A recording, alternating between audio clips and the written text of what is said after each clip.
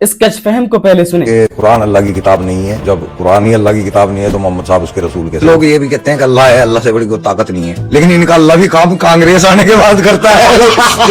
बिना कांग्रेस के उसकी चलती। इस्लाम के अंदर अल तकिया नाम की चीज होती है, आपने सुना होगा अल तकिया। अल तकिया वो चीज है जब इस्लाम के अंदर हमें कोई ऐसा काम करना होता है जो कि सामने लोगों को नाजायज दिख रहा है, तो आपको वहां लोगों को तो नाजायज बताना है, लेकिन काम वो सवाब का करना है आपको। इसको बोला जाता है अल तकिया। तो ये अल तकिया करते हैं, जो कहते हैं ना हिंदू मुस्लिम भाईचारा, ये अल तकिया है, ये कुरान के अंदर। ये कच फहम तकिया का मतलब लोगों के बीच गलत तरीके से बता रहा है। वो कहता है कि मुस्लिम हिंदू मुस्लिम भाई भाई बोलकर धोखा देते हैं और इसको वो तकिया का नाम देते हैं। लेकिन सवाल ये है, क्या वाकई इस्लाम में तकिया का मतलब धोखा देना है?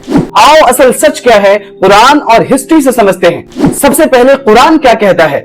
अल्लाह ताला फरमाता है इल्ला मन उकरिहा व क़ल्बुहु मुत्मइन्नुन बिल ईमान, सिवाय उस शख्स के जिसे मजबूर कर दिया गया हो जबकि उसका दिल ईमान पर मुतमईन हो।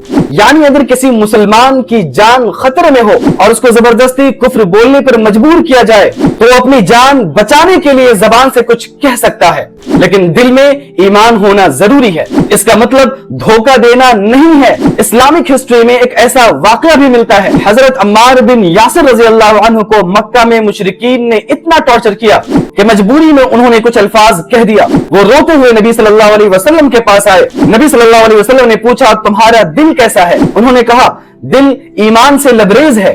फिर नबी सल्लल्लाहु अलैहि वसल्लम ने फरमाया अगर वो इसी तरह फिर से मजबूर करें तो फिर कह देना।